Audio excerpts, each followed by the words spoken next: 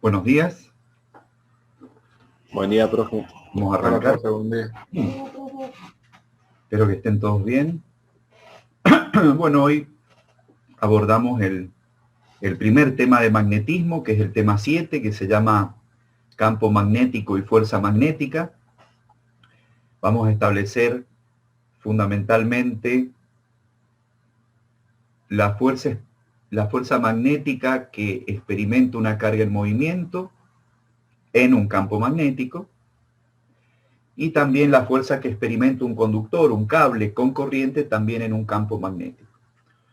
Hoy vamos a suponer que los campos magnéticos existen, y recién la semana que viene vamos a ver las fuentes que generan, que producen un campo magnético, que son justamente cargas en movimiento y corrientes, dado que no existe un polo magnético, un monopolo magnético que genere campo magnético.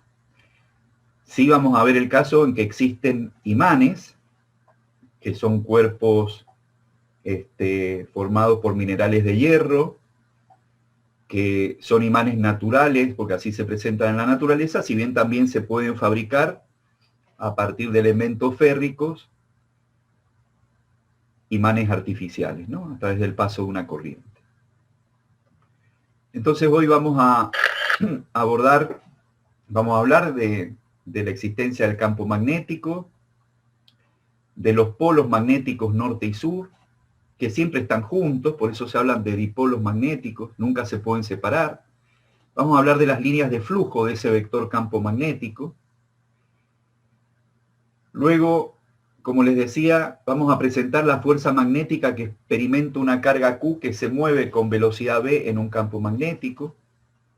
En ese caso hay varias aplicaciones del movimiento de cargas en campos magnéticos, como son instrumentos de medición de velocidades, el selector de velocidades, el espectrómetro de masas, que permite medir masas muy, muy pequeñas, el experimento de Thomson, que permitió por primera vez descubrir al electrón como partícula, y en particular en ese experimento se obtiene la relación carga-masa del electrón, ¿no? Ese 1,6 por 10 a la menos 19 coulomb dividido 9,1 por 10 a la menos 31 kilogramos da un número, y así se descubrió históricamente una partícula que tenía ese número, ese cociente, como en coulomb kilogramos, como partícula nueva, ¿no? Y que validó luego de ese modelo de Thomson, vinieron los modelos de Rutherford y finalmente el de Bohr, modelo planetario de Bohr, que simplifica, digamos, la comprensión de la estructura del átomo como un núcleo pesado, donde toda la masa del átomo está prácticamente en ese núcleo,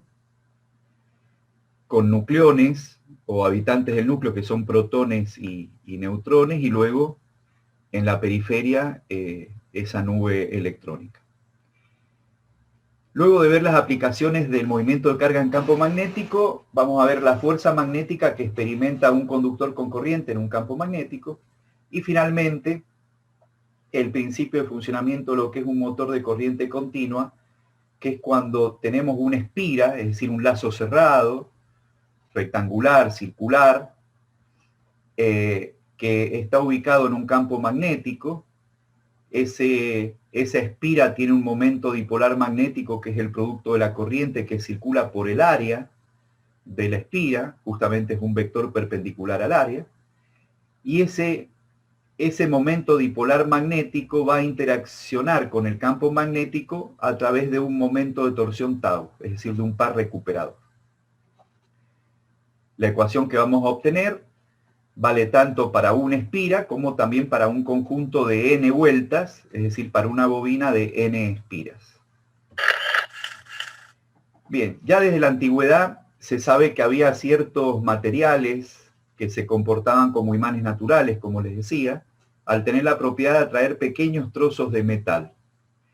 Se llama magnetismo porque prácticamente 2500 años atrás, en un lugar del oeste de Turquía, que en su momento se llamaba Magnesia, hoy se llama Manisa, se descubrieron este tipo de materiales férricos con estas propiedades, que atraían limaduras de hierro. Y se observaba que las limaduras de hierro eran atraídas fundamentalmente en los extremos de esos elementos llamados imanes, que tienen dos polos que reciben el nombre, una cuestión de nombres, polo norte y polo sur. En el caso, por ejemplo, de una brújula, donde la parte, digamos, de la aguja roja marca el norte, es el norte magnético, ese norte magnético se va a orientar con el polo, el norte geográfico de la brújula se va a orientar con el polo sur magnético de la Tierra, porque la Tierra también tiene un campo magnético propio, eso lo van a ver en el práctico laboratorio, debido a que en el magma, en el centro de la Tierra, aparecen corrientes iónicas, es decir, son materiales líquidos porque está a muy alta temperatura, férricos también, que esas corrientes en movimiento son los responsables de crear el campo magnético terrestre.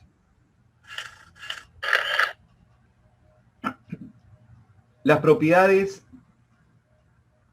de estos dipolos, siempre de a dos en un imán, formando el polo sur y norte, si uno quisiera quebrar o romper un imán para separarlos no puede, porque inmediatamente se vuelven a conformar los dos polos en los trozos resultantes.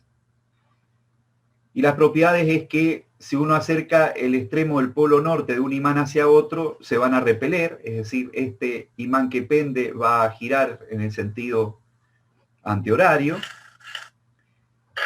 En cambio, polos de signo contrario se atraen, es decir, este imán que pende va a ser atraído, su polo norte, por el extremo sur de la barra imantada que estoy acercando. Así que esta es una propiedad de estos denominados polos, que polos iguales se repelen y polos distintos se atraen. Acá tenemos el caso de la Tierra, donde justamente debido a esas corrientes iónicas internas, en el polo sur geográfico está el polo norte magnético. Por eso la aguja siempre de una brújula se va a orientar en el sentido, o sea, el polo norte geográfico de la brújula va a ser atraído por el polo sur magnético. Acá la Tierra se ve levemente inclinada, entonces vendría a ser el imán que representa a la Tierra, ¿no? Con ese polo sur terrestre hacia arriba, magnético, y el polo norte magnético aquí abajo. Si queremos representar al campo magnético por líneas de campo, donde acá vamos a ver justamente la gran propiedad que tiene el campo magnético, que es que sus líneas que lo representan son líneas cerradas, a diferencia de las líneas de campos eléctricos que eran abiertas. Entonces salen del polo norte, como vemos acá, las líneas de campo salen del polo norte, entran acá arriba al polo sur magnético de la Tierra y por dentro se cierran yendo del sur al norte. Si uno ubica la brújula en cualquiera de estas líneas de campo, el norte magnético de la aguja, que viene a ser nuestro norte geográfico, va a estar dando la dirección y sentido hacia el polo sur magnético. Eso en cuanto al sentido. La dirección siempre va a ser tangente a la línea de campo que representa al campo magnético. Atención que no he dicho líneas de fuerza, porque en el caso del campo eléctrico, si ustedes recuerdan la relación, la fuerza era la carga por el campo. La carga es un escalar, que puede ser positivo o negativo, pero la dirección de los vectores va a ser siempre la misma, fuerza eléctrica y campo eléctrico. Cambiará el sentido en el caso de una carga negativa. Pero acá, como vamos a ver en un ratito, la fuerza magnética es perpendicular al campo, entonces no es lo mismo hablar en magnetismo de líneas de campo que de líneas de fuerza. Acá solamente estoy haciendo referencia a las líneas de campo magnético, que son líneas cerradas. Profe, una pregunta. Sí. ¿Por qué se le puso nombres inversos a los conceptos geográficos y al... No es nombre inverso, es que debido a cómo está orientado el eje de la Tierra y la Constitución, tenemos un polo sur arriba, donde entran las líneas de campo como mostré, y un polo norte magnético abajo. Y la aguja siempre, la aguja imantada de una brújula, marca nuestro norte geográfico, que no es el norte magnético, son cosas distintas. ¿De acuerdo? Es decir, esto no lo podemos cambiar. El globo terráqueo, de acuerdo a su corriente iónica, a su magma interno, se comporta así. Pero así como mostré recién este gráfico, el norte de la aguja se va a ir hacia el sur, el norte geográfico se va a ir hacia el sur magnético de la Tierra. No es que tengan nombres distintos, son cosas distintas, son imanes distintos. Es como acá tengo dos imanes, acá también. Pasa esto.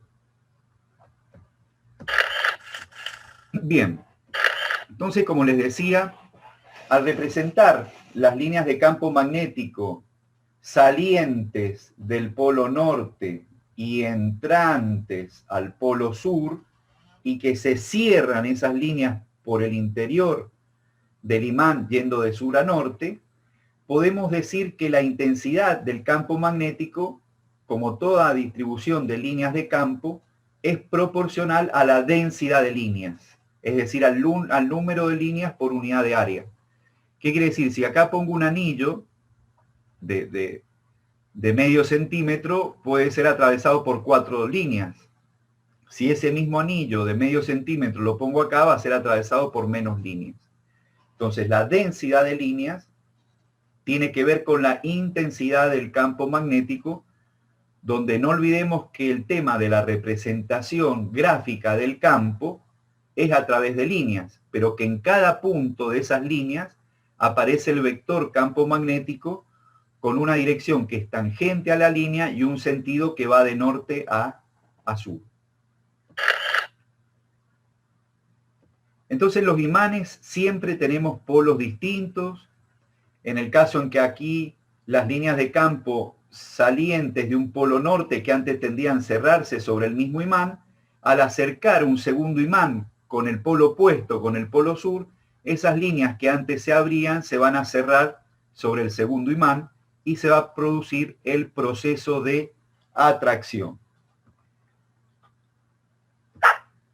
En cambio, si se acercan dos imanes con líneas de campo diferentes, ¿qué va a pasar? Que los imanes se van a repeler en ese proceso de repulsión, porque las líneas que salían antes del polo norte, que se van a cerrar sobre el sur, se van a deformar más rápidamente. Bueno, entonces acá un repaso para recordar el tema del origen de los campos magnéticos, haciendo una comparación, si se quiere, no una analogía, yo diría más bien una comparación con campo eléctrico, ¿no? Si ustedes recuerdan, el campo eléctrico nosotros lo definimos como la fuerza eléctrica por unidad de carga. Esa unidad de carga es un monopolo eléctrico, ¿no? Que hablábamos de cargas positivas y cargas negativas. En cambio, en el caso de magnetismo, no hay polos magnéticos aislados, es decir, no existen monopolos magnéticos, por lo tanto no se puede definir el campo magnético como una fuerza por unidad de polo. Para eso, en lugar de definir el campo magnético a través de monopolos magnéticos, se lo define por unidad de carga eléctrica, debido a la fuerza que va a aparecer sobre una carga en movimiento, es decir, con una velocidad v, y vamos a observar que la fuerza va a ser no solamente, la fuerza de origen magnético, no solamente va a ser perpendicular al movimiento, es decir, a la velocidad, sino también perpendicular al campo, como voy a mostrar ahora. Bueno, acá se sigue hablando de densidad de líneas en campo eléctrico. Si teníamos una carga eléctrica generadora a cierta distancia, decíamos que el flujo era el número de líneas que atravesaba una unidad de área, ¿no? Entonces ese flujo era el producto de la intensidad del campo eléctrico por el área, que era un diferencial de flujo, ¿no? Porque estamos considerando un diferencial de área. En el caso que el campo fuese constante, salía de la integral y el producto de campo por área, en el caso, por ejemplo, de un campo constante generado por una placa infinita, ¿no? Sigma sobre epsilon 0, el producto de ese campo por el área que atraviesa daba el flujo, y si no había que integrar. Acá lo mismo pasa con el campo magnético, ¿no? Si tenemos este imán con el polo norte, de donde salen las líneas de campo magnético, del campo B, que atraviesa un elemento de área diferencial A, también vamos a hablar de un diferencial de flujo. Que definido de esta manera, fíjense que flujo por unidad de área vendría a ser una densidad de flujo. El flujo se va a medir en Weber, y como el área es metro cuadrado, Weber sobre metro cuadrado es una de las unidades de campo magnético que vamos a utilizar. En realidad, en el sistema internacional, la unidad de medida de campo magnético es el Tesla, en honor a Tesla. Bueno, como siempre entonces ya habíamos dicho, la dirección, las líneas de flujo son siempre continuas. El tema es que las líneas de campo son cerradas. La dirección del vector campo magnético es la del vector tangente a dicho punto. Y las líneas de flujo no están en la dirección de la fuerza, por lo que ya les adelanté y vamos a ver ahora. Entonces, en el caso de campo eléctrico, hablar de líneas de campo eléctrico o de fuerza eléctrica era lo mismo. Ahora no. Ahora, una cosa van a ser las líneas de fuerza magnética y otra las líneas de campo magnético. ¿Cómo calculamos flujo? Bueno, si el campo es constante, es el producto del escalar del campo por el área. De ahí viene la definición de campo magnético como densidad de flujo. Pero si no lo es, vamos a tener que integrar, como voy a mostrar a continuación. Aquí tenemos, por ejemplo, un polo norte y un polo sur, ¿no? Que en cierta región del espacio da un campo magnético constante en la dirección horizontal. Si queremos saber cuál es el flujo que atraviesa la superficie, representada por un vector área que tiene la dirección de la normal, tenemos que armar el producto escalar B escalar A, o lo que es lo mismo, el producto de las intensidades o magnitudes de los vectores B por A por el coseno del ángulo que forman. El flujo es máximo cuando el ángulo es 0, si el coseno de 0 es 1, y es nulo cuando no hay líneas que atraviesen el área, y eso sucede cuando este elemento de superficie quede horizontal de forma tal que su normal es perpendicular al campo magnético, formando un ángulo de 90 grados y el coseno de 90 es 0. Así que en ese caso, pese a que los factores que son los vectores B y A no son nulos, el flujo es nulo debido a que ambos son perpendiculares. Acá entonces hay un resumen de cómo calcular flujo magnético a través de una superficie abierta. Como mostré recién en este ejemplo, ¿no? Acá tengo una superficie abierta. ¿Por qué? Porque la gran característica es que al ser las líneas de campo cerradas, cuando considero el flujo magnético a través de una superficie cerrada, esta integral que antes me definía el flujo magnético phi b como integral de B diferencial A, a través de una superficie abierta, si la superficie es cerrada, es 0. ¿Y qué quiere decir que el flujo a través de una superficie cerrada sea 0? Que el número de líneas que entran a esa superficie cerrada es igual al número de líneas que salen. Es decir, que dentro de esa superficie no estoy encerrando algo que se comporte como un monopolo magnético. Por eso entonces, que esta integral cerrada que define un flujo sea 0, significa que no hay ni fuentes ni sumideros dentro de esa superficie cerrada. Y esta es la característica de que no existen monopolos magnéticos, como sí existían en el caso de la ley de Gauss. Recuerdan que el flujo era proporcional a lo que genera el campo eléctrico, que eran las cargas eléctricas o monopolos eléctricos. Bien. Entonces ahí hemos terminado con una parte fundamental que no debemos olvidar y que es la gran característica del campo magnético, ¿no? Que sus líneas de campo son cerradas por la no existencia de monopolos magnéticos. Bien. Vamos entonces a esta segunda parte donde vamos a hablar del movimiento de cargas eléctricas en campos magnéticos.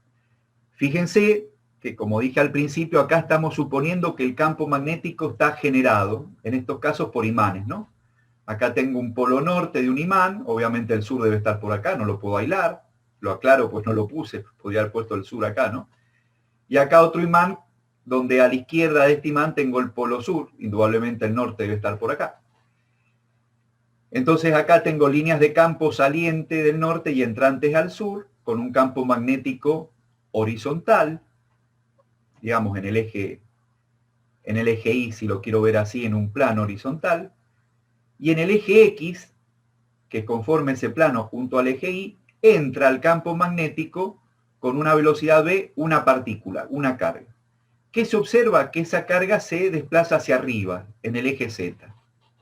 Es decir, si se desplaza esa carga hacia arriba es porque aparece una fuerza de esa carga con velocidad v que se mueve en el campo magnético hacia arriba. Y se verifica experimentalmente que mientras mayor sea la carga, mientras mayor sea la velocidad y mientras mayor sea la intensidad del campo magnético, mayor es la fuerza magnética que aparece sobre la carga. Así que experimentalmente se ve que por separado, a mayor carga, mayor fuerza, a mayor velocidad, mayor fuerza, y a mayor campo, mayor fuerza. Y además que esa fuerza es perpendicular al plano formado por los vectores velocidad y campo magnético. Esto, como digo acá, se manifiesta experimentalmente. Y eso lleva a postular que vamos a definir la fuerza magnética como el producto vectorial de el vector resultante multiplicar la carga, que es un escalar, por la velocidad, y ese vector está multiplicado vectorialmente por el campo magnético.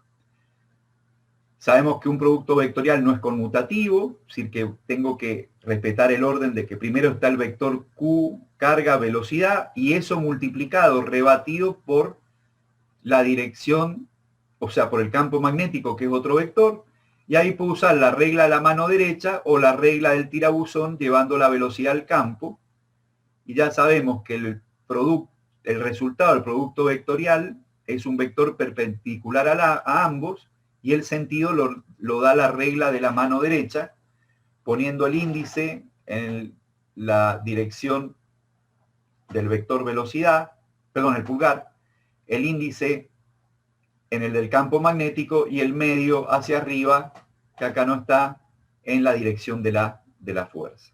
Y eso explica esto que veíamos recién, ¿no? Que entra la carga al campo magnético y se va hacia arriba, desviada por esta fuerza vertical.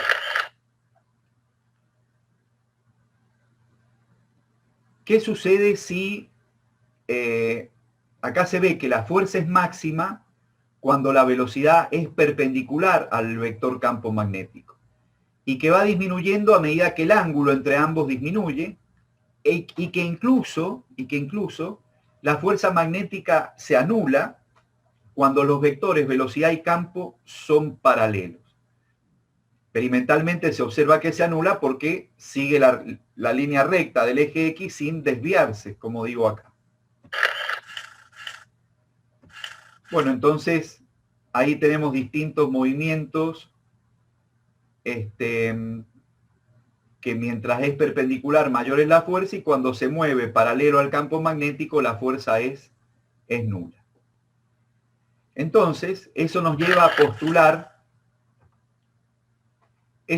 postular que la fuerza magnética es el producto del vector que resulta de multiplicar la carga con signo y todo, porque puede ser positiva o negativa, con el vector velocidad, y a ese vector resultante se lo multiplica vectorialmente por el campo magnético. Lo que entonces muestra que cuando es máxima la fuerza, cuando la intensidad de la misma resulta de aplicar la regla, digamos, de cálculo del producto vectorial, aparece magnitud de un vector por la magnitud del otro vector por el seno del ángulo que forma. Entonces, si el ángulo es 90, el seno vale 1 y la fuerza es máxima. En cambio, cuando los dos vectores son paralelos, ¿qué quiere decir esto? Cuando la carga se mueve paralelamente al campo, no experimenta fuerza. La fuerza magnética es nula. Bueno, como les decía recién, de esta relación entre fuerza magnética y campo magnético, que hace que las unidades de campo también se puedan obtener como las unidades de fuerza, que es Newton, dividido la unidad de carga, que es Coulomb, y la unidad de velocidad, que es metro sobre segundo. Ahí nos queda Newton dividido Coulomb sobre segundo, que es ampere por metro. A ese cociente, Newton sobre ampere metro, se lo denomina Tesla, y que equivale al Weber por metro cuadrado de recién. Entonces se dice que tenemos un Tesla cuando en una región del espacio tenemos una carga de 1 Coulomb que se mueve a una velocidad de 1 metro sobre segundo, experimentando una fuerza de 1 Newton. Es decir, 1 va a ser 1 dividido 1 y dividido 1. Esa es la definición del Tesla, que sale de esta definición de fuerza magnética.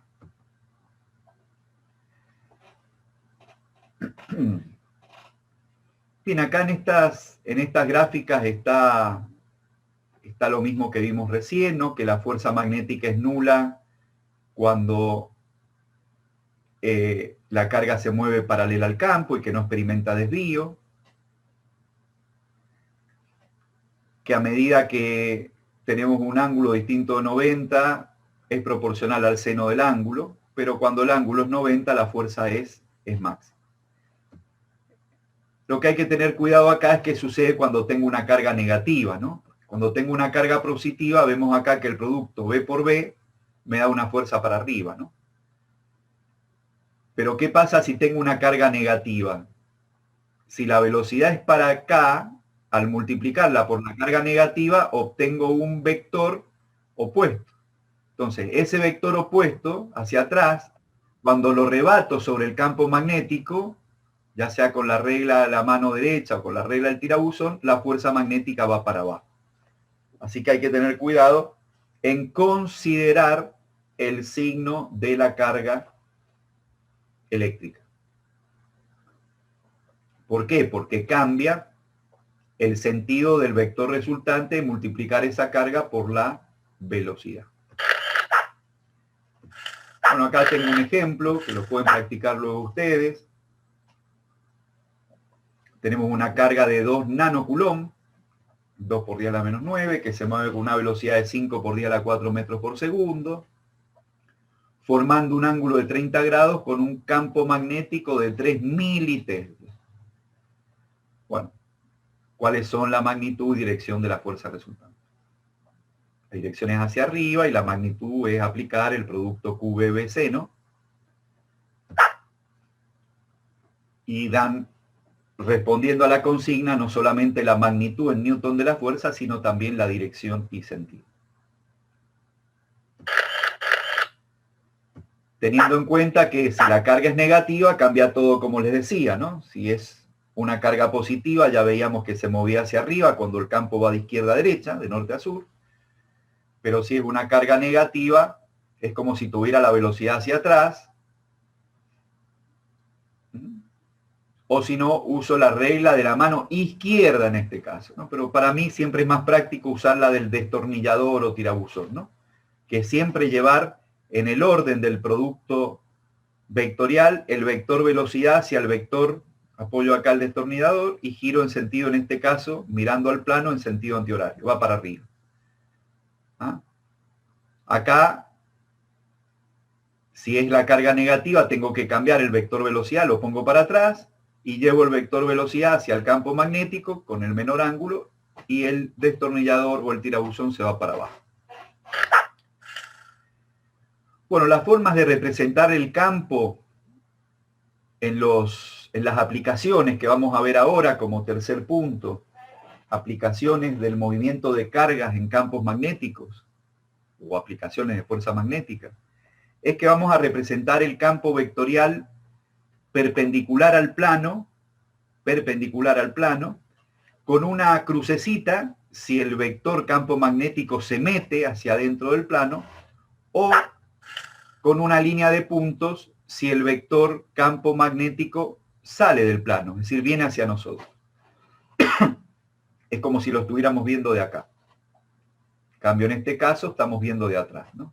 Es una representación gráfica de un vector, en este caso el vector B. Bueno, acá tienen ejemplos de practicar para dónde se va a ir la carga si se está moviendo hacia la derecha y si tengo un campo magnético hacia adentro. Bueno, aplico la regla del tirabuzón o de la mano derecha, llevo B hacia atrás, B velocidad hacia atrás, y me va a aparecer una fuerza magnética hacia atrás. En cambio, si el campo sale y la carga es negativa, si la carga es negativa y se mueve hacia la derecha, el producto QB me va a dar hacia la izquierda. Y ese vector hacia la izquierda lo voy a traer hacia adelante porque tengo un campo que viene hacia afuera del plano y también la fuerza va a ser para arriba. Bueno, y así las otras combinaciones posibles de movimientos de carga, ya sea cambiando la velocidad y obviamente va a cambiar la fuerza magnética.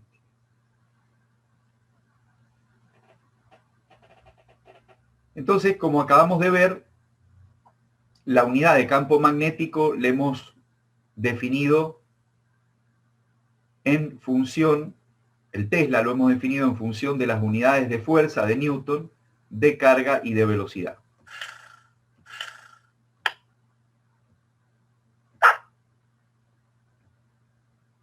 Como vimos recién, lo mismo entonces que un Tesla es un Newton por unidad de carga Coulomb, por unidad de velocidad, que es metro por segundo, pero Coulomb sobre segundo me da ampere.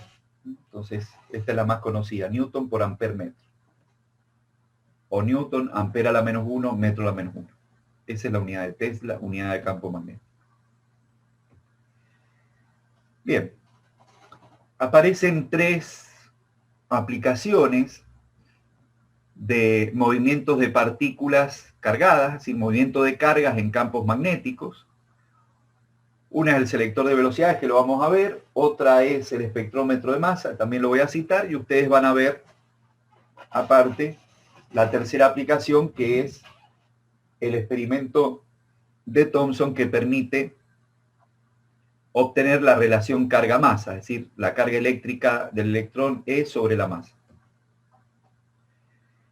En este caso lo que tenemos es un tubo de rayos catódicos, un electrón que se mueve de izquierda a derecha con su velocidad y que va a entrar a una región donde están los dos campos presentes, ¿no? Un campo eléctrico en el sentido de los potenciales decrecientes, es decir, que sale de esta placa positiva y entra a la negativa. Es este vector que está acá, el E, hacia abajo. Y un campo magnético que se mete en el plano de la pizarra. Entonces, si acá van a aparecer las dos fuerzas, ¿no? La fuerza eléctrica y la fuerza magnética. Si la dirección del campo es hacia abajo, por ser el electrón una carga negativa, si el campo eléctrico es hacia abajo, la fuerza eléctrica es hacia arriba. O sea que el campo eléctrico, o mejor dicho, la fuerza eléctrica va a tender a desviar el electrón hacia arriba. Pero en cuanto a la fuerza magnética, ¿qué pasa con la fuerza magnética? La velocidad es izquierda-derecha, como la carga es negativa, vendría a ser de derecha-izquierda. Y como el campo se mete, si yo hago este vector opuesto al de la velocidad por el campo magnético, la fuerza magnética es hacia abajo. Se habla de selector de velocidades porque lo que se trata acá es que el valor del vector velocidad sea constante, no solamente en intensidad, sino también en dirección. Y la única manera en que sea constante, como vector, es que ambas fuerzas sean iguales. Es decir, que la suma de la fuerza eléctrica y de la fuerza magnética sea cero, para que no haya desviación.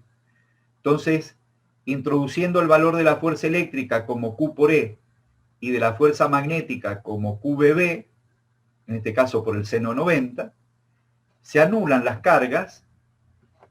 Cuando igualamos estas dos fuerzas, se anulan las cargas y va a aparecer una relación entre los campos que va a ser el valor de la velocidad requerida. Por eso se le denomina selector de velocidades, porque en función de los campos es la velocidad resultante. Bueno, acá pasé rápido esta anterior, pero es el mismo gráfico, donde tengo un fotocátodo que emite electrones en ese tubo de vacío, que va a entrar a un campo eléctrico, que acá está en el sentido de los potenciales decrecientes. Todo el dispositivo está sometido a la acción de un campo magnético que entra al plano de la pizarra. Entonces ahí vemos que si el campo eléctrico es hacia la izquierda, de más a menos, y ojo que acá se mueve una carga positiva, la fuerza eléctrica es hacia la izquierda también. En cambio, la fuerza magnética, cuando hago el producto de la velocidad hacia la izquierda y el campo que se mete, es hacia la derecha. Por eso se lo llama entonces selector de velocidades. Ajustando las intensidades de ambos campos, o de uno puede seleccionar, según los iones o las cargas que estén atravesando ese selector, la velocidad deseada. Bueno, acá tenemos, por ejemplo, el caso de una carga de litio que no se usa en el resultado, simplemente se usan las intensidades de campo magnético y de velocidad, porque lo que se está requiriendo en este ejemplo es cuál va a ser el campo eléctrico que va a permitir ajustar la velocidad a 1,5 por 10 a la 6 metros por segundo. Entonces el campo lo voy a calcular como velocidad por el campo eléctrico, velocidad por campo magnético. Y ahí pueden practicar poniendo el Tesla como Newton sobre amper metro. Se van a cancelar los metros y la respuesta va a quedar en Newton sobre Coulomb. Porque al amper lo vamos a poner como Coulomb sobre segundo. Entonces Newton sobre Coulomb es la respuesta para campo eléctrico, o volt sobre metro, que es equivalente a Newton sobre Coulomb. Bien.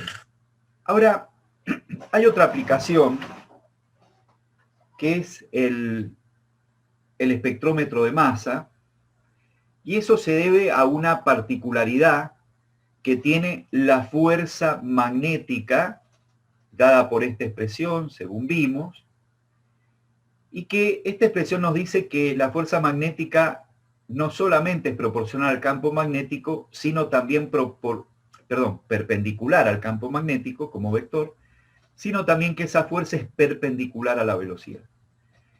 Y ya vimos en mecánica, el movimiento circular uniforme, física 1, ustedes seguramente, que una fuerza perpendicular a la velocidad no cambia su magnitud, pero sí cambia su dirección punto a punto. Porque aparece, si hay un cambio en la velocidad, hay una aceleración. Es una aceleración centrípeta.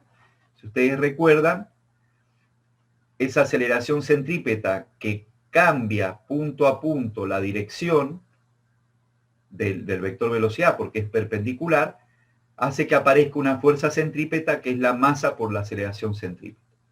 Una aceleración centrípeta es que se calcula como la rapidez al cuadrado, es decir, la magnitud de la velocidad al cuadrado dividido el radio.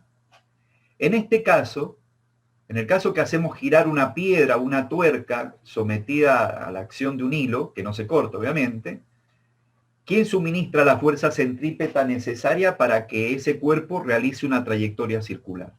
Debe haber una fuerza. ¿Cuál es?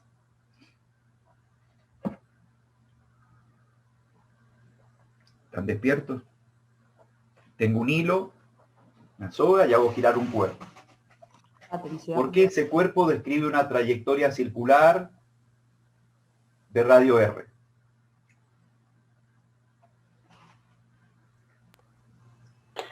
Porque a través de la cuerda, a través de la cuerda, nosotros con la mano ejercemos una fuerza siempre perpendicular a la trayectoria de la piedra, que la hace girar. O sea, la tensión de la cuerda suministra la fuerza centrípeta necesaria.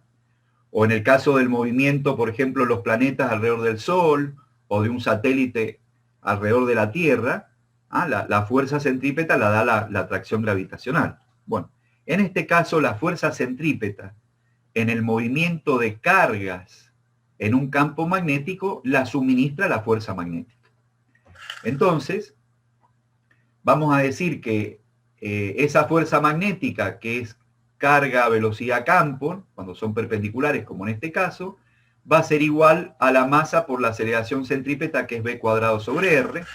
Entonces, igualando las intensidades de ambas fuerzas, que es la misma, ¿no? Porque es justamente la fuerza magnética la que suministra la fuerza centrípeta necesaria, que hace que las cargas en un campo magnético siempre van a tender a describir una trayectoria de circunferencia de radio R.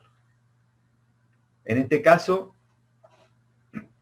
se cancela el cuadrado de la velocidad de un término con la velocidad del otro y nos permite encontrar el radio de la órbita, que es directamente proporcional a la masa, directamente proporcional a la velocidad, inversamente proporcional a la carga y al campo magnético, que es la que lo desvía, ¿no? Por eso, a mayor campo, menor radio. Entonces, esta ecuación nos permite utilizarla en lo que se denomina el espectrómetro de masa, ¿no?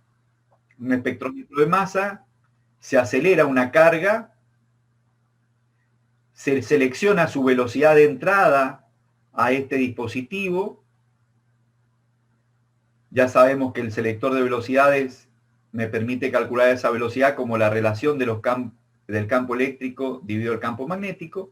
Y una vez que sale, entra con una velocidad constante, pero a una región donde hay un campo magnético entrante. Si hay un campo magnético entrante y la velocidad de una carga positiva es hacia abajo, si tengo velocidad hacia abajo y campo hacia adentro, el producto V por V me da una fuerza que apunta hasta de izquierda a derecha, apuntando al centro.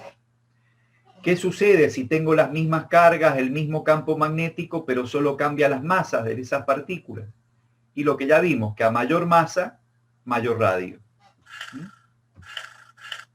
Porque ya vimos que el radio es directamente proporcional a la masa. Por eso este instrumento de medición de masa se lo denomina espectrómetro de masa, donde el radio es proporcional a la misma para partículas que entren con la misma velocidad, pero con distintas masas. Y si no, despejamos directamente la masa de esa ecuación. Bueno, ejemplo, me dan el radio de esa trayectoria, me dan la carga de ese ion.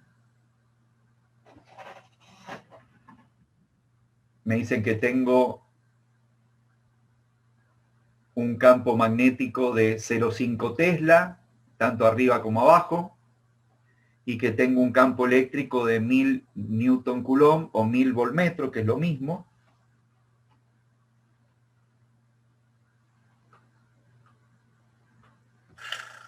Entonces, primero calculo la velocidad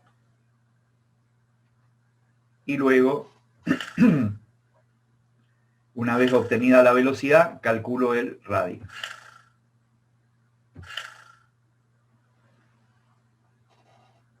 No, perdón, calculo la masa, porque el radio me lo da. Bien. Vamos a esta otra parte, a esta otra cuarta parte, podríamos decir. Luego haber visto las características del campo magnético, el tema de flujo a través de una superficie cerrada, que da la no existencia de monopolos, el movimiento, la fuerza que experimenta una carga en un campo magnético y sus aplicaciones.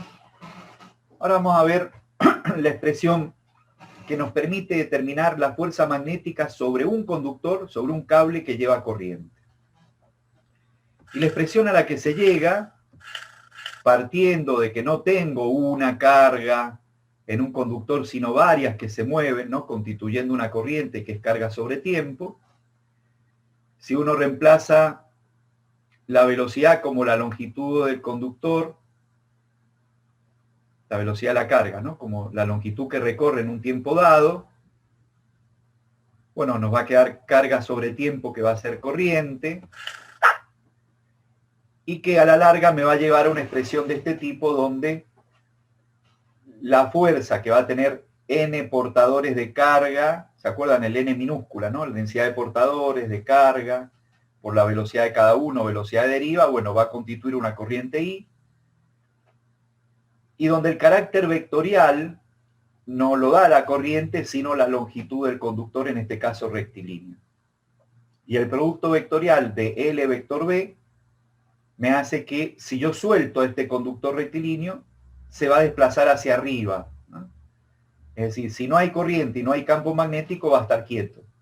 Pero si hago circular corriente y genero el campo magnético perpendicular al plano, tengo L hacia la derecha, B hacia adentro, y el producto L vector B me da una fuerza hacia arriba.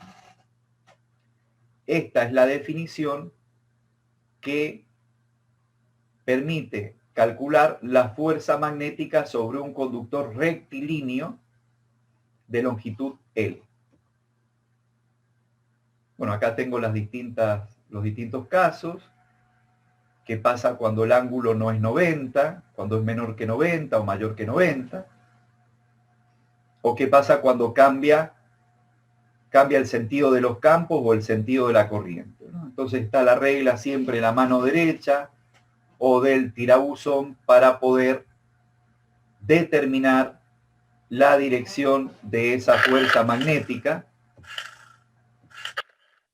que es el producto IL vector B.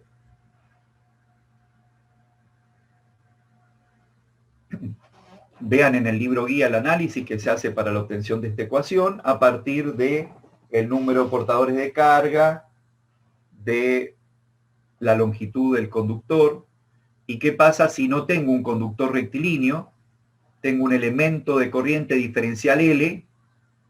Entonces ese elemento de corriente diferencial L va a generar una fuerza diferencial F, y que para saber la fuerza total voy a tener que integrar, ¿no? Así que eso véanlo, está en el libro y van a ver ejercicios de eso justamente. Y estoy haciendo referencia a lo que se denomina la ley de Biot-Savart, ¿no? Cuando tengo un elemento de corriente diferencial L, la fuerza total va a ser la integral, y en ese caso no necesariamente el conductor va a ser rectilíneo. Podemos tener un conductor curvilíneo.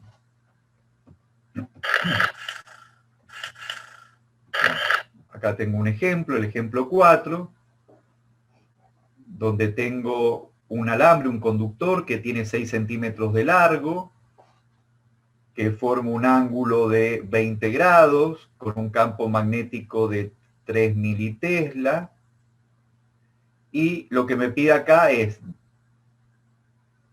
dada la fuerza, calcular la corriente.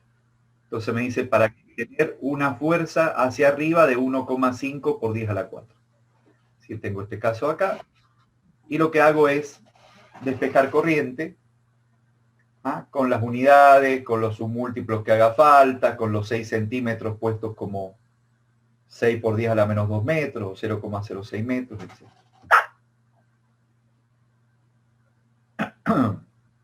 Y da una corriente final de 2,44 amperes. Bien.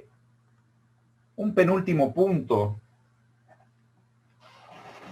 tiene que ver con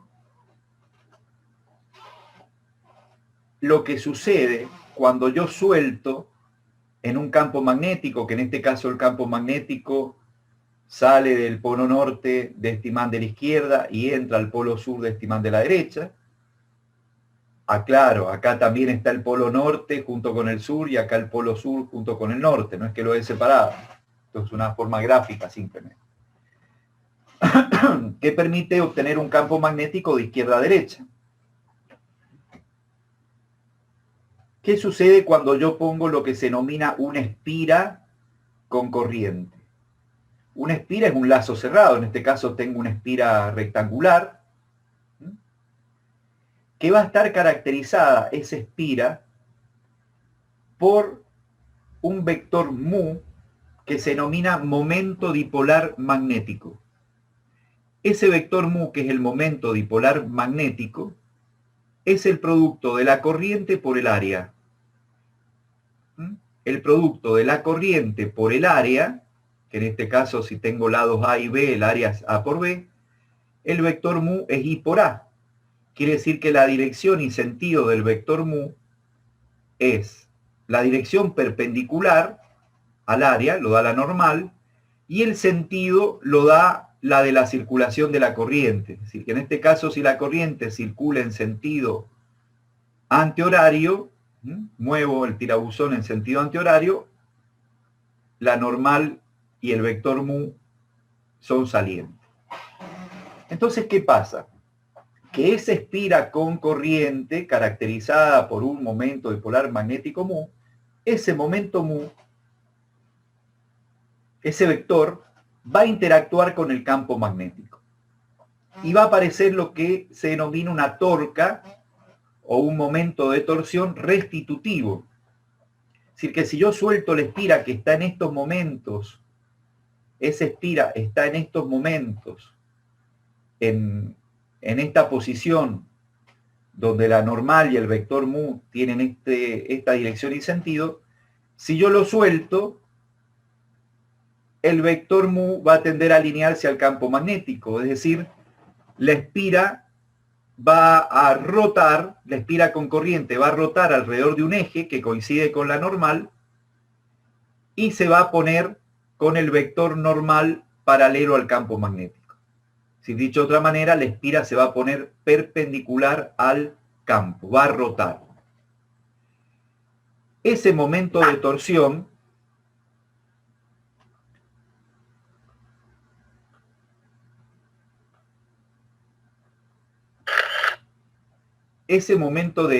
torsión tau va a ser el resultado de que aparezcan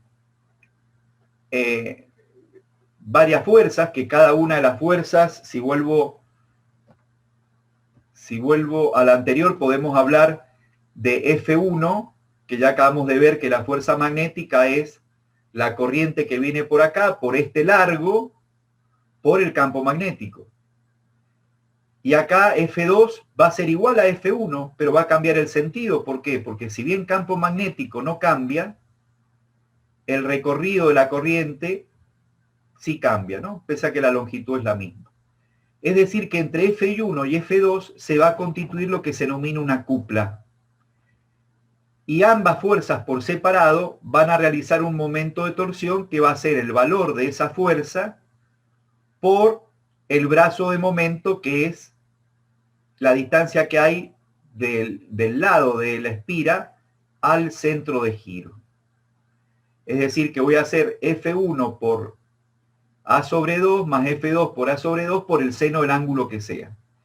Y me va a quedar lo mismo, porque las fuerzas F1 y F2 en magnitud son iguales. Entonces me va a quedar dos veces cada una de estas fuerzas que vale la corriente, el campo y el ancho B de la espira. Ustedes me dirán, profe, pero también hay otras fuerzas que podríamos decir F3 y F4. Lo que pasa es que F3 y F4 no producen momento de torsión, están en la misma recta de acción del eje de giro. Entonces solamente van a producir momento de torsión el par F1 y F2. Como cada fuerza en magnitud es igual, vale IBB, o sea, corriente, campo y el ancho B, que está acá de la espira, lo multiplico por la distancia al eje de giro o brazo de momento, que es A sobre 2 seno de tita. Fíjense que son iguales. Entonces me queda 2 veces esto, se anula el 2 que está acá abajo, y queda esta expresión que está acá, donde la corriente I por el área, que es A por B, se denomina momento dipolar magnético mu.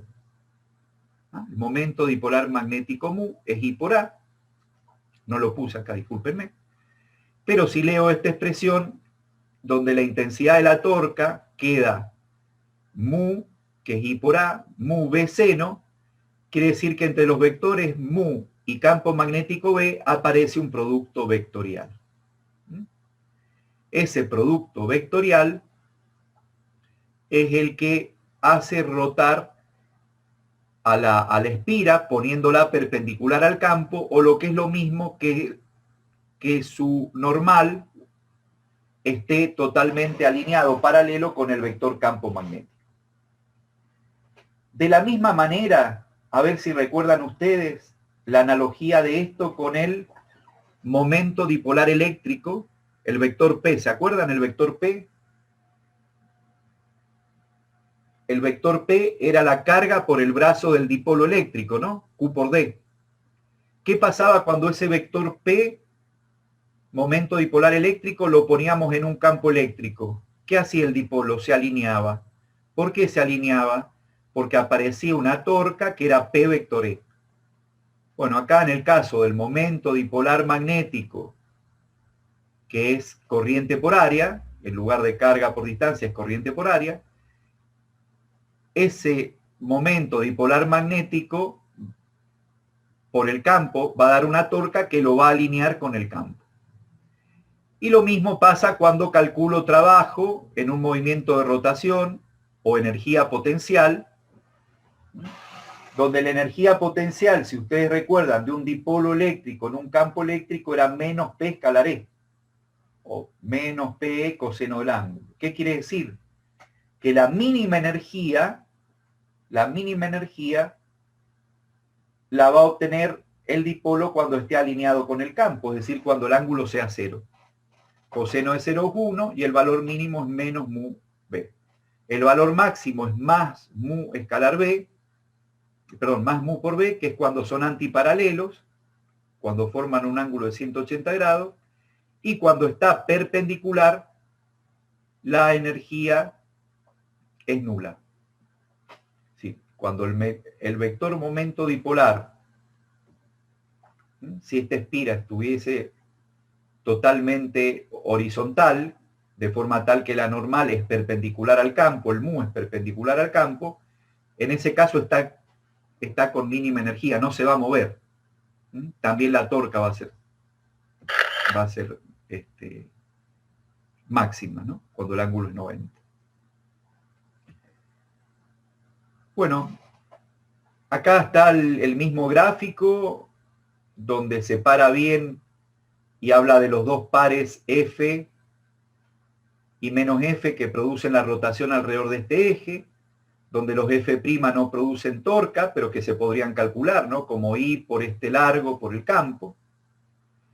Y eso es el principio de funcionamiento del motor de corriente continua, ¿no? Porque si se están invirtiendo a cada media vuelta el campo magnético, vuelve a rotar y así se produce una rotación sin parar, ¿no? Invirtiendo el sentido del campo magnético. También puse acá otra expresión que es generalizar ese momento de torsión no cuando tengo una espira, sino cuando tengo n vueltas o n espiras, que es lo que vamos a denominar más adelante bobina. Entonces, en ese caso, esperen que acá voy a modificar.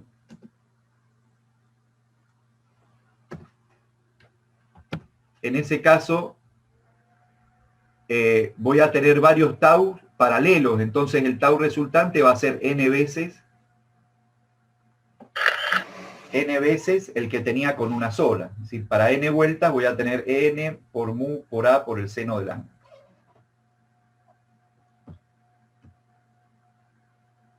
Entonces acá tengo el esquema donde con un conmutador de circulación de la corriente por la espira, lo que hago es permanentemente, digamos, cuando esas escobillas están alineadas, tengo una circulación, una torca que es hacia abajo, que la tiende a rotar en el sentido anti-horario. Bueno, quedando esto. Ejemplo de una bobina para calcular tau. Tengo 200 vueltas, tengo el campo magnético de 3 militesla. La corriente que circula es de 3 amperes y el ángulo que forma la normal al área con el campo es de 30 grados. Bueno, tengo que hacer pi por el radio que es 0,2, acá falta un 0, 0,2 metros al cuadrado. Una vez calculado el área, puedo venir y aplicar la ecuación de la espira, de la torque, que tiene que estar expresada finalmente en newton metro. Bien.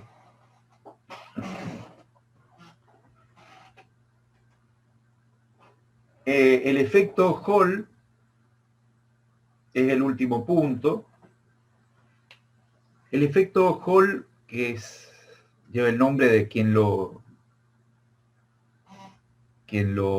dedujo en el año 1879 y le valió el premio Nobel, es una medición de un potencial, se denomina potencial Hall, y midiendo ese potencial uno puede determinar no solamente el signo de los portadores de carga, que en el caso de un metal ahí se muestra que son electrones, ya vamos a ver por qué, sino que además de determinar el signo de los portadores de carga, es la manera de calcular teóricamente el n minúscula. ¿Se acuerdan? El n minúscula era el número de portadores por unidad de volumen. Tenía dimensiones de metro a la menos 3, es decir, de 1 sobre metro cúbico. Llamado también densidad de portadores. Como vamos a ver, es una diferencia de potencial que se mide perpendicular a la corriente que pasa por una lámina conductora, y entre los bordes de esa lámina se mide una diferencia de potencial, en el caso en que esa lámina sea atravesada por un campo magnético. Y ahí lo que se pide es que justamente el potencial Hall se va a establecer cuando el campo eléctrico que va a surgir por una reacumulación de cargas, es decir, por la aparición del potencial eléctrico, ese campo eléctrico va a tener que compensar, o sea, la fuerza eléctrica debida al campo eléctrico que va a aparecer va a compensar la fuerza magnética que aparece sobre la carga. Entonces, cuando ya voy a ir al gráfico a explicar y voy a volver sobre esto, voy a tener una fuerza eléctrica que sumada a la fuerza magnética tiene que ser nula, y como hay una relación en parte de este producto Q por B con la densidad de corriente, ¿se acuerdan? J era NQB. Entonces acá puedo asociar el J y acá puedo medir el potencial Hall asociado con el campo. Entonces, metiendo acá el J sobre N sería, ¿no? Por el B, y acá metiendo el campo como la diferencia de potencial medida, el potencial Hall, sobre la altura entre los bordes de la lámina, uno puede despejar el N que viene de acá de la densidad de corriente. ¿Qué pasa? Que si estos tres vectores están en la dirección positiva, por ejemplo, el vector densidad de corriente en X, positivo, el vector campo magnético en Y, positivo, y el vector campo eléctrico componente Z positiva, más por más dividido más me da más, pero con el menos adelante, me está indicando que al ser el N un número que no tiene signo, me está indicando que los portadores son negativos, y que es el caso que Hall experimentó midiendo el potencial que lleva su nombre en metales. Los tres les da positivo, como vamos a ver en el gráfico, y ya voy a venir. De nuevo, entonces, tengo esto que está acá, en el caso en que los portadores de carga son negativos, que se mueven de derecha a izquierda. Es decir, que la velocidad de la carga negativa es de derecha a izquierda, en el sentido de los X negativos. Pero acuérdense que la corriente J o la corriente I era el del movimiento de cargas positivas. Por lo tanto, la corriente J, cuando inyecto, cuando se mueven portadores de carga, es hacia la derecha. Entonces, tengo una corriente hacia la derecha.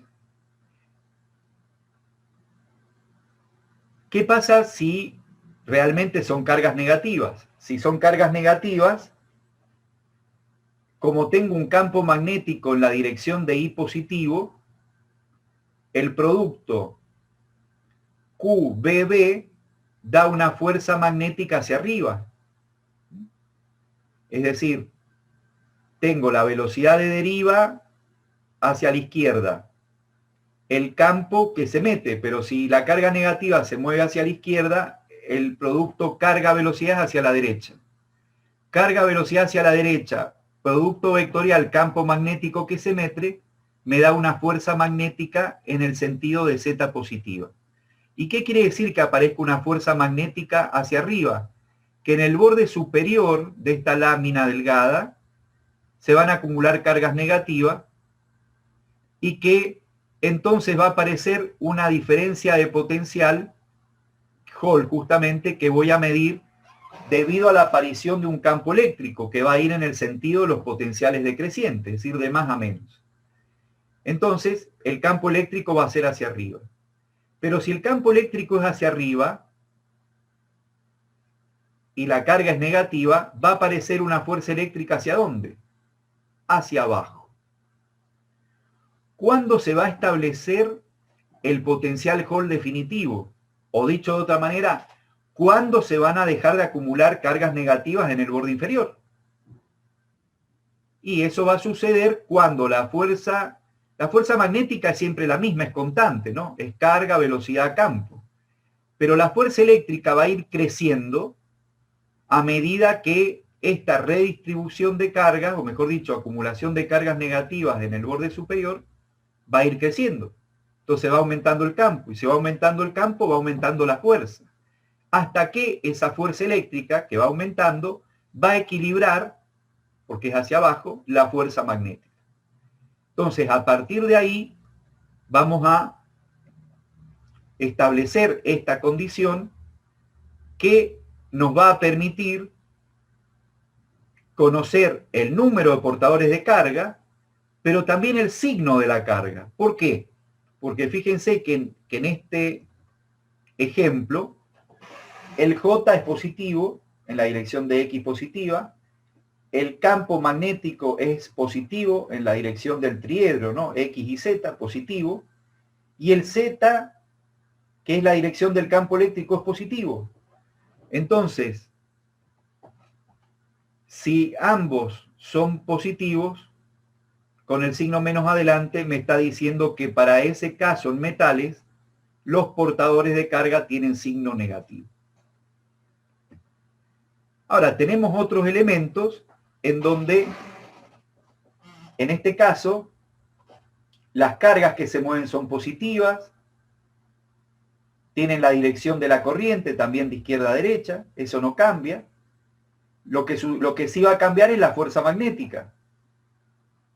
No, perdón, la fuerza magnética va a ser para arriba también porque va a ser el producto de la carga por la velocidad, que es la que sí cambia, por el campo. Entonces, si hago velocidad por el campo que va hacia atrás en el eje Y, fuerza magnética hacia arriba. Lo que pasa es que ahora lo que va a cambiar es la acumulación de cargas en el borde superior va a ser positiva, lo que hace que el campo eléctrico va a ser hacia abajo, en el sentido de los potenciales decrecientes.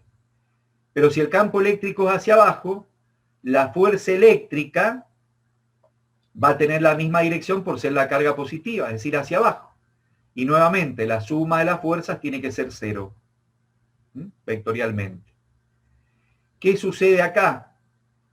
Sucede acá que si bien el J y el B son positivos, el campo eléctrico es negativo. Entonces, más por más dividido menos me da menos, menos por menos me da más. Entonces, esa es la razón que en el caso de portadores de cargas positivas vamos a obtener el campo eléctrico como. ¿Cómo lo vamos a obtener el campo eléctrico? Porque el J y el B están determinados. El campo eléctrico necesario para que la fuerza eléctrica resultante equilibre la magnética va a ser cuando se establezca el potencial Hall definitivo, que va a estar relacionado con el campo. ¿Cómo? Si el campo ya es constante. Vamos a decir que el BAB o el BBA va a ser el campo dividido esta altura, esta distancia, que es la separación entre los bordes de las láminas. Bien. Acá aparece entonces el resumen de las ecuaciones. Cargas que se mueven en un campo magnético, selector de velocidades, espectrómetro de masa, fuerza sobre un conductor con corriente, el momento de torsión, en términos del momento dipolar mu, que es el producto de I por A, y finalmente el efecto Coulomb.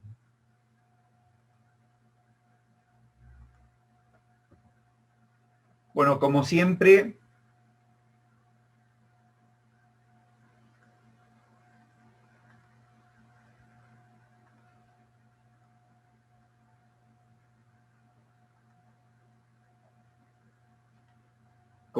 también tienen un resumen de ecuaciones que van a ver en el aula abierta, de lo que hemos visto hoy, donde acá sí he puesto lo que me olvidé en la presentación, que es cómo se define el momento dipolar magnético, ¿no? Es el producto de la corriente por el vector área.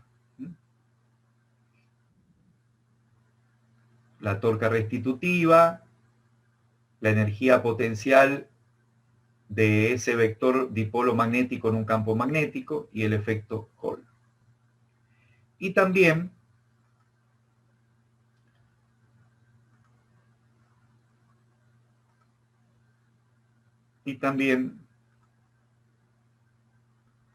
van a ver una segunda presentación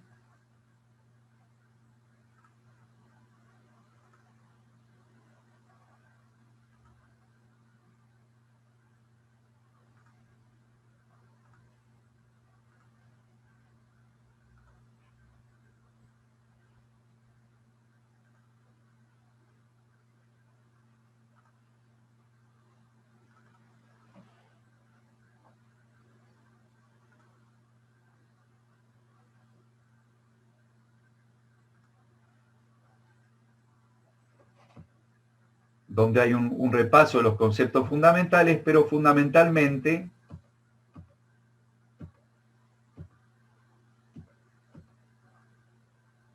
bueno, acá está la ley de Biot-Savart cuando tengo un elemento infinitesimal de corriente, es decir, un I de L, Para determinar la fuerza magnética total tenemos que integrar a lo largo de la trayectoria de ese conductor, que puede no ser rectilíneo, ya lo van a ver también. Bueno, el momento dipolar magnético de una espira con corriente, cuya dimensión es el amper metro cuadrado, pero fundamentalmente lo que viene acá son un montón de ejercicios resueltos que les va a permitir practicar este tema 7, que es fuerzas magnéticas. La semana que viene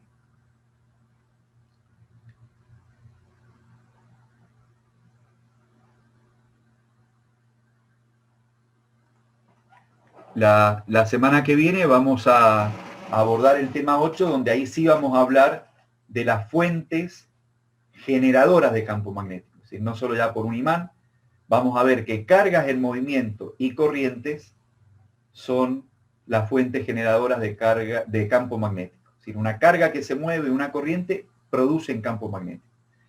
Y una ley famosa, que es la ley de Ampère, que viene a cumplir en el magnetismo el mismo rol que la ley de Gauss cumple en electrostática, ¿no? La ley de Gauss nos permitía calcular campos eléctricos de manera sencilla, usando propiedades de simetría. En cambio ahora la ley de Ampère en magnetismo nos va a permitir calcular campos magnéticos. Así que la semana que viene vamos a abordar el tema 8. Bien, antes voy a ver si está el profesor Crespo. No.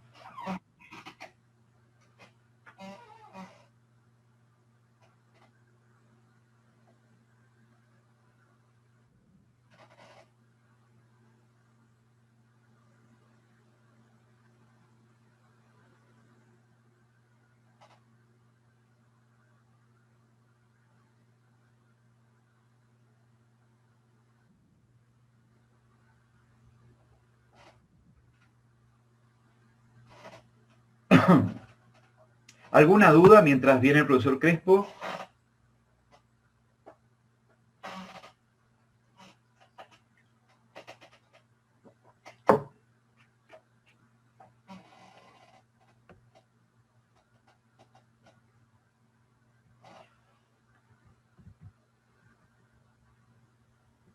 Profe, lo que yo le decía más temprano de por qué habían puesto los nombres inversos era porque yo me imagino que primero apareció el concepto del norte geográfico, después se descubrió cómo funcionaba el magnetismo y claro, le pusieron el sur magnético donde está el polo norte geográfico.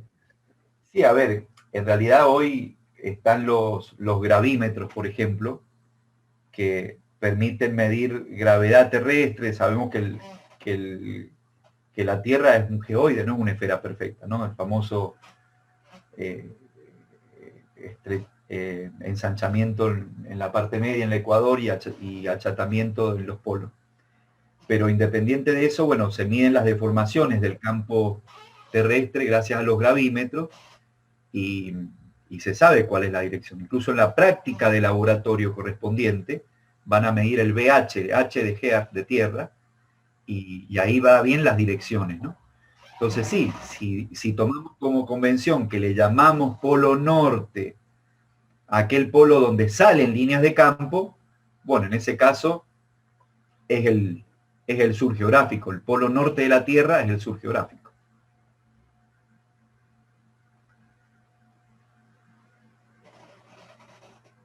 Pero históricamente, como decís, siempre hay algo. Primero está el huevo o la gallina. Bueno, ahí está el tema.